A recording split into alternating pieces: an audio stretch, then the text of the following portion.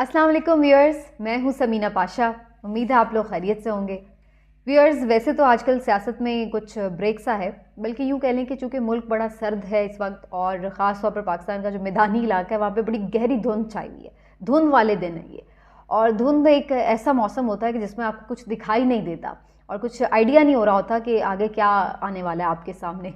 और ख़ास तौर पर बड़ी एहतियात की ज़रूरत होती है, क्योंकि कोई भी हादसा भी खुदा न खास्ता रूनुमा हो सकता है धुंध में। तो कुछ ऐसी ही एक गहरी धुंध पाकिस्तान के सियासी मंजरनामे पर भी इस वक्त छाई हुई है कि जहाँ पर बहुत सारे मामलात पर आप कुछ भी अंदाज़ा नहीं लगा पा रहे कि आखिर आने वाले दिनों में होगा क्या और ऊँट किस करवट बैठने वाला है।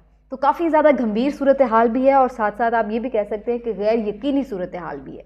बड़े बड़े जो सियासी पंडित माने जाते थे और बड़े बड़े जो तुर्रम खां तज्जियाकार और सहाफ़ी माने जाते थे, वो सब हाथ खड़े कर चुके हैं कुछ भी बताने के हवाले से कि इस किस्म की इस वक्त सिचुएशन है पाकिस्तान की पॉलिटिकल। और ये कोई अब से नहीं, कोई तकरीबन 8-10 महीने से, बल्कि पूरा साल ही 2022 का, जब से पीडीएम का ये शुरू हुआ था मामला, उस वक्त से ही ऐसी है।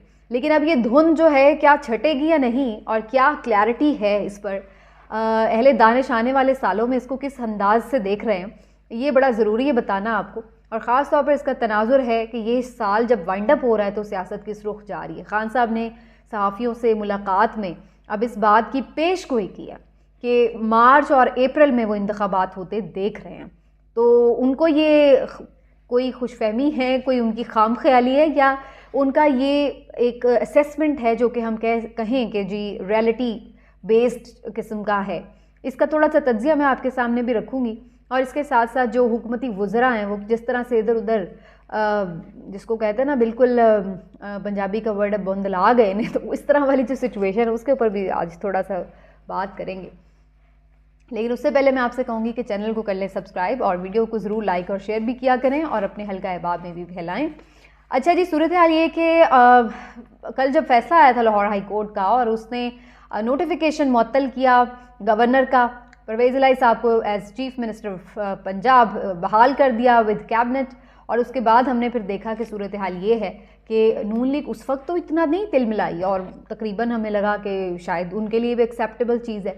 लेकिन फिर अचानक से ऐसा क्या हो गया कि इनको ये फ़ैसला इतना बुरा लगने लग गया कि एकदम जनाब बड़े टॉप के वज़रा तीर कमाने निकाल कर आ बैठे प्रेस कॉन्फ्रेंस में और आके जनाब उन्होंने चढ़ाई कर दी कि जनाब ये तो बड़ा कोई गलत फ़ैसला दे दिया लाहौर हाई कोर्ट ने। और उसके बाद उन्होंने जो अदालत के दरवाजे खटखटाए सुप्रीम कोर्ट के कि जी आप सुओ मोटो ले लें।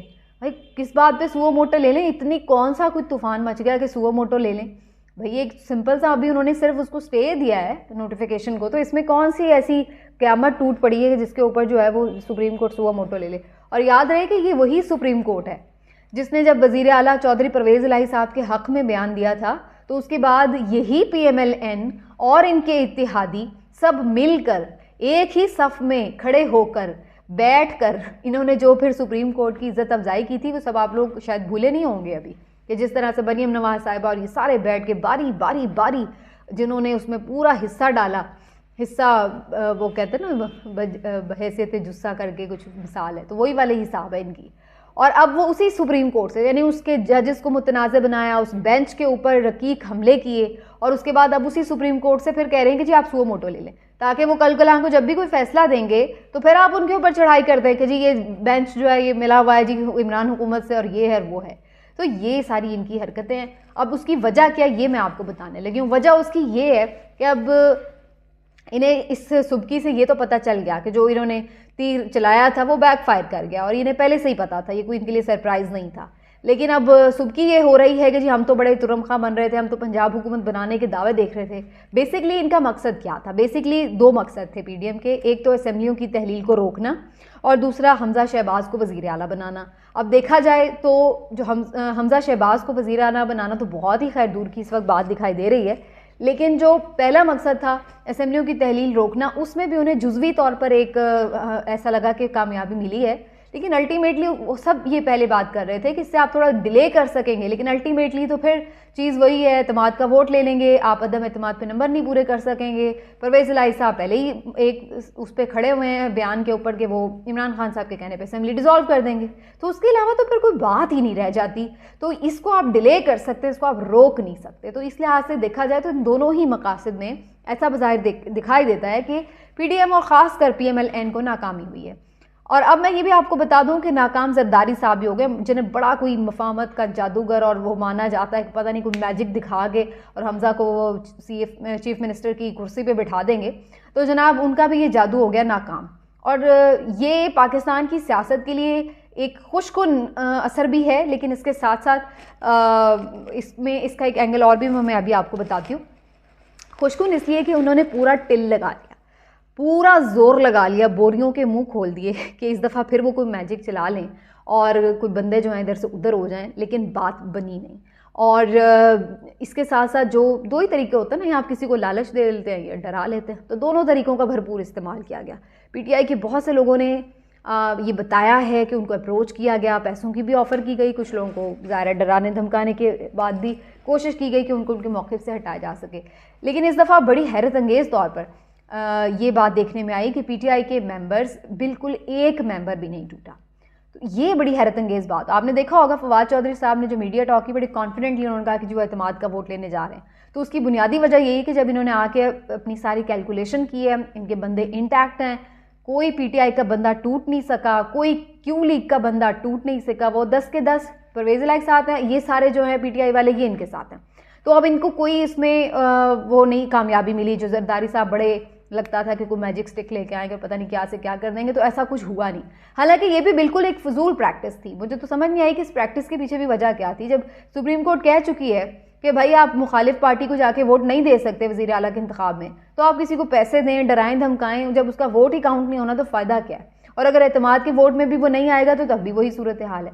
तो ये बिल्कुल एक फजूल की प्रैक्टिस थी, और इस प्रैक्टिस के बाद पैसे भी मिल भी जाते लेकिन दोबारा फिर सियासत भी ना चलती, तो उस बात का कोई फ़ायदा ही नहीं था। तो थोड़ा सा यहाँ पर सेंस प्रिवेल की है MPAs की, और उन्होंने जो बिल्कुल भी जिसको कहते हैं ना दाना चुगा नहीं जरदारी साहब का, और वो नाकाम और खाली हाथ ही अब सिंध वापस जा रहे हैं। तो ये एक बड़ी नाकामी हुई है, क्योंकि नवाज शरीफ साहब की वापसी, अगले इलेक्शन की तैयारी, बहुत सारी चीज़ों में पंजाब हुकूमत का होना बड़ा ज़रूरी था।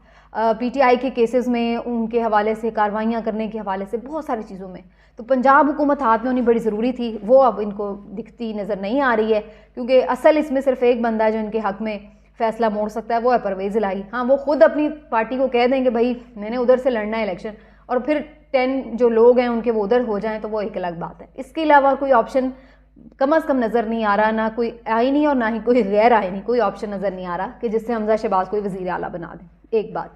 दूसरी बात ये कि इमरान खान साहब भी ये कह रहे हैं कि मार्च और अप्रैल में उन्हें इंतखाबात नज़र आ रहे हैं। 2-3 बातों पे उनकी ये प्रिडिक्शन जो है वो ज़रा सही मालूम होती है कि जैसे हम कहें कि जनाब वो जो इकॉनमी की सिचुएशन है उसमें कोई मुल्क IMF कुछ भी ऐसे हाथ में नहीं बात आ रही कि जहाँ पे इकॉनमी को संभाला जाए जब तक कि फ्रेश इलेक्शन लेकर कोई नई मैंडेट वाली हुकूमत ना आ जाए।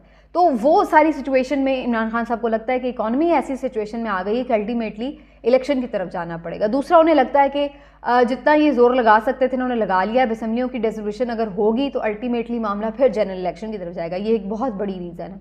और तीसरी जो बड़ी रीज़न है वो ये भी है कि उन्हें इस्टेब्लिशमेंट के हवाले से भी ये है गुमान कि अगर इस्टेब्लिशमेंट इनके ऊपर थोड़ा प्रेशर डाल दे तो फिर हो सकता है कि अल्टीमेटली ये चीज़ें इस तरफ जाएं। लेकिन दूसरी तरफ कुछ ऐसी चीज़ें भी हैं जिससे लगता है कि जैसे PDM बिल्कुल नहीं मानती है इलेक्शन के ऊपर, उनको तो मौत नज़र आती है सियासी अपनी अगर वो इलेक्शन की तरफ जाते हैं, तो वो इस पर नहीं मान रहे। लेकिन अगैन वही बात है कि जो सिचुएशन ओवरऑल बनेगी फिर उसमें हो सकता है कि इदारे भी अपना रुख बदलें, तो फिर उनको भी इसके अंदर जो है वो सोच में लाया जाए कि नहीं जी हमें इलेक्शन की तरफ जाना है। तो ये अगले जो 2-3 महीने हैं इसमें बड़े इंपॉर्टेंट होंगे और यही बेसिकली डायरेक्शन सेट करेंगे कि क्या हो रहा है क्या नहीं हो रहा। लेकिन इसमें एक जो फैक्टर है वो ऐसा फैक्टर है जो PTI के पास तो है लेकिन PDM के पास नहीं है, और वो फैक्टर है इमरान खान का फैक्टर। इसलिए कि इमरान खान साहब डिटर्मिन्ड हैं, इमरान खान साहब लगे हुए हैं मुसलसल, मकबूलियत भी उनके पास है। तो ऐसे में उनको उनकी जगह से हराना या हिलाना काफ़ी मुश्किल है। जबकि PDM और PMLN जो है इस वक्त वो काफ़ी लूज़र नज़र आ रही है ओवरऑल इस सारी सिनेरियो में, जहाँ उन्हें अपना थूका भी चाटना पड़ा है, अपनी कई हुई बातें कि तोड़ दो हम इलेक्शन लड़ेंगे, इन सब चीज़ों से अल्टीमेटली उन्हें पॉलिटिकली नुकसान हो रहा है, जो अभी उन्हें नज़र आ भी रहा है, लेकिन अभी उन्हें ज़्यादा उसका एहसास तब होगा जब वो इलेक्शन में जाएंगे कि हर बात कह के उससे मुकर जाना, फिर जाना, और वो जो चीज़ है उससे अल्टीमेटली जो PDM है, PMLN है, उसको पॉलिटिकली नुकसान हो रहा है। भले अभी ये शादियाने बजा रहे हैं कि खान की बातें पूरी नहीं हो रही जी, आर्मी चीफ हमने लगा लिया, केसेस हमने कर लिए, इलेक्शन हम नहीं दे रहे तो हम बड़े कोई कामयाब जा रहे हैं, लेकिन कामयाबी असल में वही कामयाबी कि जिसके साथ बंदे खड़े हैं, अवाम खड़ी है। तो इसका आपको अंदाज़ा तब होगा जब आप अवाम में जाएंगे। मिलते हैं अगले व्लॉग में, अपना ख्याल रखिए, अल्लाह हाफ़िज़।